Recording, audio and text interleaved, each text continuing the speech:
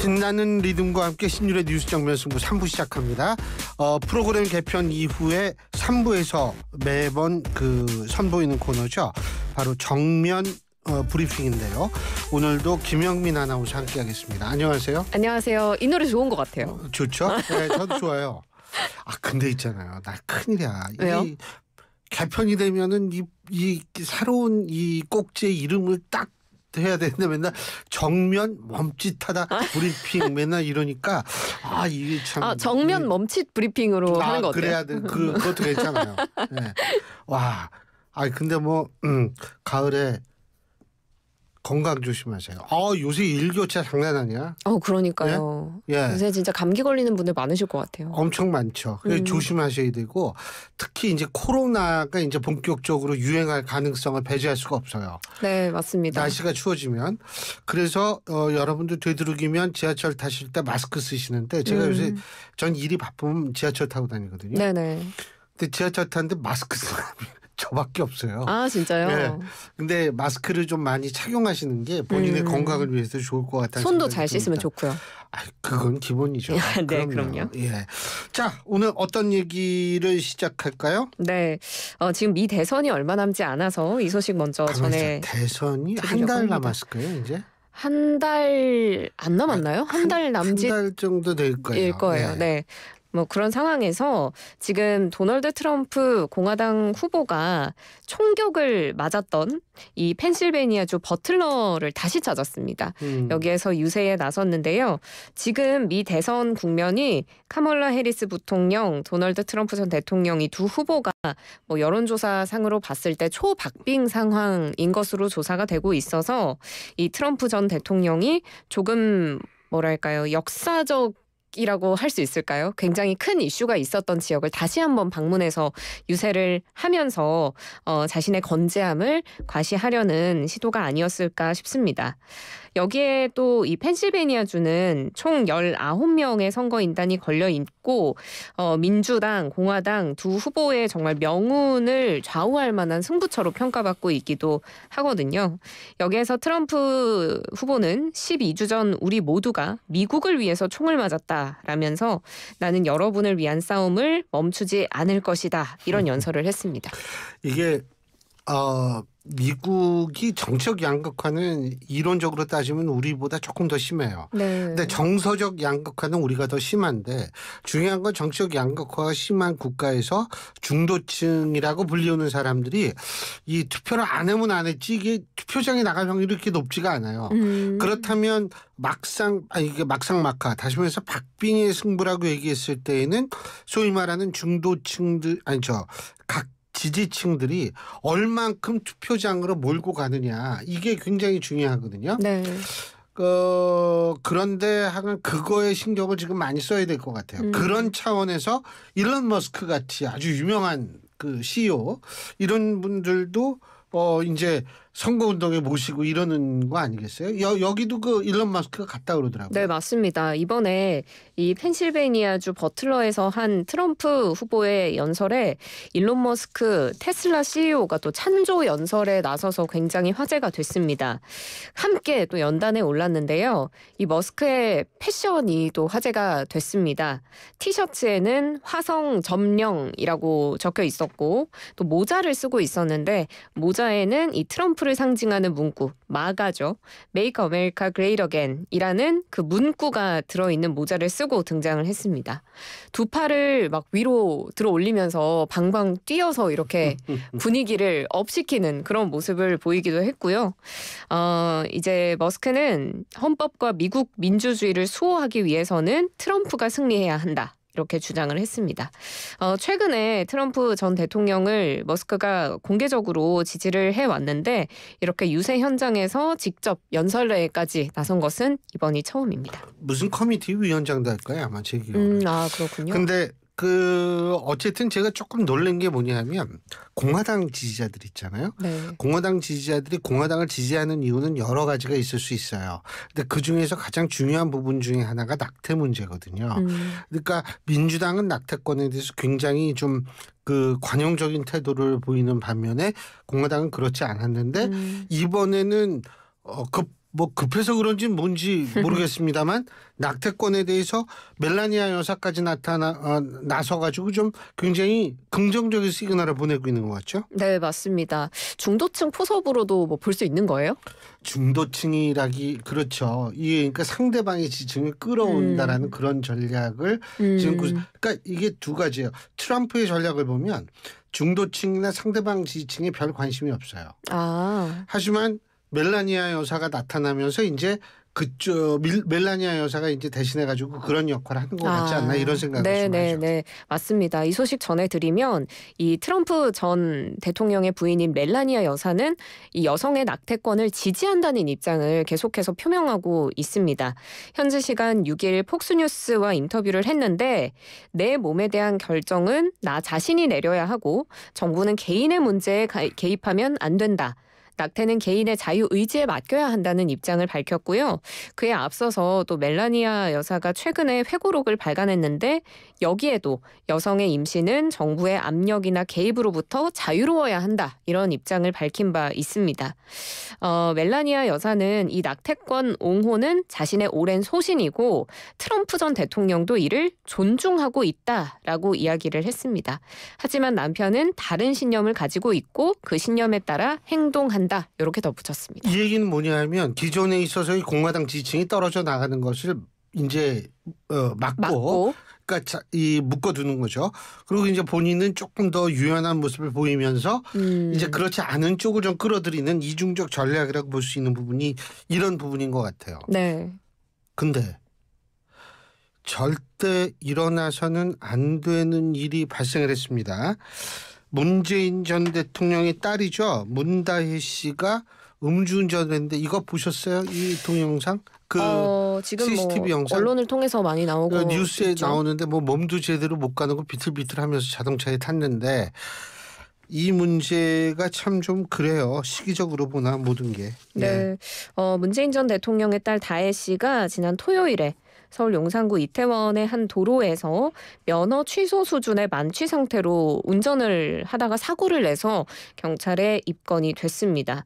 도로 우회전 전용 차선에서 신호를 위반하면서 좌회전을 한 뒤에 따라오던 택시와 부딪혔는데요. 이 운전을 한 차량도 사실 화제가 되고 있죠. 사고 차량이 캐스퍼였는데 이 캐스퍼 언론에 많이 보도가 됐던 차량입니다. 문재인 전 대통령이 재임 중에 광주형 일자리로 생산된 차량을 구매했는데 이게 바로 그 차고요. 지난 4월에 딸 문다혜 씨에게 이 차가 양도가 됐는데 보도를 보니까 이 차가 지난 8월에 각종 과태료가 체납이 되면서 제주의 한 경찰서에 의해서 압류 조치도 내려진 적이 있다. 이런 또 별도의 기사까지 나오더라고요. 지금 국민의힘에서는 강하게 비판을 하고 있는데 추경호 원내대표는 문 전 대통령 시절에 음주운전은 실수가 아닌 살인행위라고 명확히 강조하고 또 강조하지 않았느냐. 다혜 씨는 거기에 예외가 돼야 한다. 우리 국민 누가 동의하겠느냐 이렇게 비판을 했고요.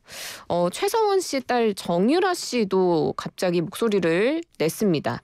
이 문 씨가 사고 전에 우회전 차로에서 좌회전하는 장면이 포착이 된 걸 두고 법을 어길지언정 절대 우회전은 안 하겠다는 문다의 정신이다. 이렇게 비꼬기도 했네요. 이 부분이요. 제가 이렇게 볼 때는 간단해요. 이거는. 일단 법대로 하고 강한 처벌이 내려져야겠죠. 음주운전은 잠재적인 살인행위에 준하는 겁니다. 여기에선 지위 고하 뭐 그 사람이 어떠한 이거는 절대로 개입돼서는 안 되고요. 그러니까 벌을 받으면 됩니다. 벌을 달게 받으면 되는 거고 일각에서 이제 문재인 전 대통령의 입장 표명이 있어야 되는 거 아니냐 뭐 이런 얘기를 하는데 두 가지 차원에서 우리가 볼 수 있어요. 문재인 전 대통령이 사실 이게 성인 다 큰 자식 아닙니까? 독립된 성인이기 때문에 문재인 전 대통령이 나서서 그렇게 입장 표명할 필요가 있을까라는 논리도 전 성립은 된다고는 봐요. 하지만 그럼에도 불구하고 국가의 원로 입장에서 더군다나 지금 문다혜 씨는 그 전 남편 때문에 그 가족 전체가 지금 의혹에 관련한 검찰 수사 이런 뭐 참고인이든 뭐든 간에 그런 상황이 돼 있는 상황 아니에요? 이런 상황에서는 문재인 전 대통령이 그 수사에 대해서는 얘기를 하면서 이 부분에 대해서는 침묵하고 있으면 그건 선택적 침묵이라는 비난을 받을 가능성도 배제할 수는 없죠. 그러니까 제가 볼 땐 문재인 전 대통령이 좀 입장 표명을 분명히 해야 되는 건 아닌가 이런 생각을 좀 개인적으로는 하는데 모르죠. 뭐 어떻게 될지는 모르는데 절대로 있어서는 안 될 일이 소위 말해서 우리나라 국가 원로라고 얘기할 수 있는 집안에서 벌어졌다라는 것은 사실은 참 기가 막힌 일이죠. 예. 참 그리고 불꽃 축제. 네. 예. 그거 봤어요? 불꽃 축제 저는 안 봤습니다. 안 봤어요. 젊은 사람이 왜 안 봐? 늙어서? 어찌요? 죄송해요. 어찌요? 그럼 난 어떻게 해요? 예? 아니 그 또 사람이 많은데 가면 집에 돌아가기가 또 힘들고 하니까 맞아요. 저는 그냥 이제 평화롭게 동네에 피곤하죠. 있었습니다. 보셨어요? 내 솔직히 얘기해서 우리 처조카니까 내 처남의 딸이 이 결혼식 작은 결혼식을 그날 해가지고 그거 끝나가지고 소주 한 잔 먹고 있었어요. 못 보셨다는 소리군요. 당연하죠. 네. 눈에서 별이 왔다 갔다 하긴 하더라고요. 예. 그렇군요. 이 불꽃놀이 못 본 두 사람이서 예. 이제 불꽃놀이 얘기를 좀 해봐야 되는데, 글쎄 말이에요. 네, 이 5일에 서울 여의도 한강공원 일대에서 서울 세계 불꽃축제 2024 이 큰 행사가 열렸습니다. 100만 명이 넘게 무려 107만 명이 이 자리에 모였는데 굉장히 인명사고 발생하지 않도록 안전관리 인력들이 많이 투입이 됐었고 인명사고 없이 잘 마무리가 됐습니다. 사실 이 인근에 편의점들이 굉장한 특수를 누렸다고 해요. 편의점 CU의 한강 여의도공원 인근 점포의 평균 고객 수가 전주 대비 무려 100배 가까이 증가했다고 하고요. 물건이 다 동났겠네요. 그러니까. 물건이 그냥 들어오는 대로 빠져나가지 않았을까 싶어요. 와. 그리고 또 같은 날에 여의도, 용산, 반포 인근의 편의점도 매출이 평소 대비 큰 폭으로 올랐고 가장 매출이 높았던 매장은 오후 3시부터 6시까지 3시간 만에 1,500만 원 이상의 매출을 올린 것으로 그러니까 1시간에 500만 원씩 편의점 사실 물건당 가격이 높지 않은데도 엄청난 판매량을 기록했다고 합니다. 근데 이제 그 뉴스 보니까 쓰레기 문제도 심각했고 맞아요. 요거는 진짜 이거는 우리 모두 생각해야 될 부분이에요. 그리고 뭐 하면 별별 민폐 관람 형태가 많았던 모양이더라고요. 네, 맞습니다. 일단 쓰레기 얘기하셨으니까 먼저 얘기를 해보면 이 편의점에서 산 모든 이것들 잘 처리를 하고 사실은 깨끗하게 가야 되는데 당연하죠. 축제가 끝난 한강 둔치에 먹다 남은 치킨, 음료캔, 쓰레기 등이 나뒹굴었다는 좀 안타까운 소식도 들어와 있고요.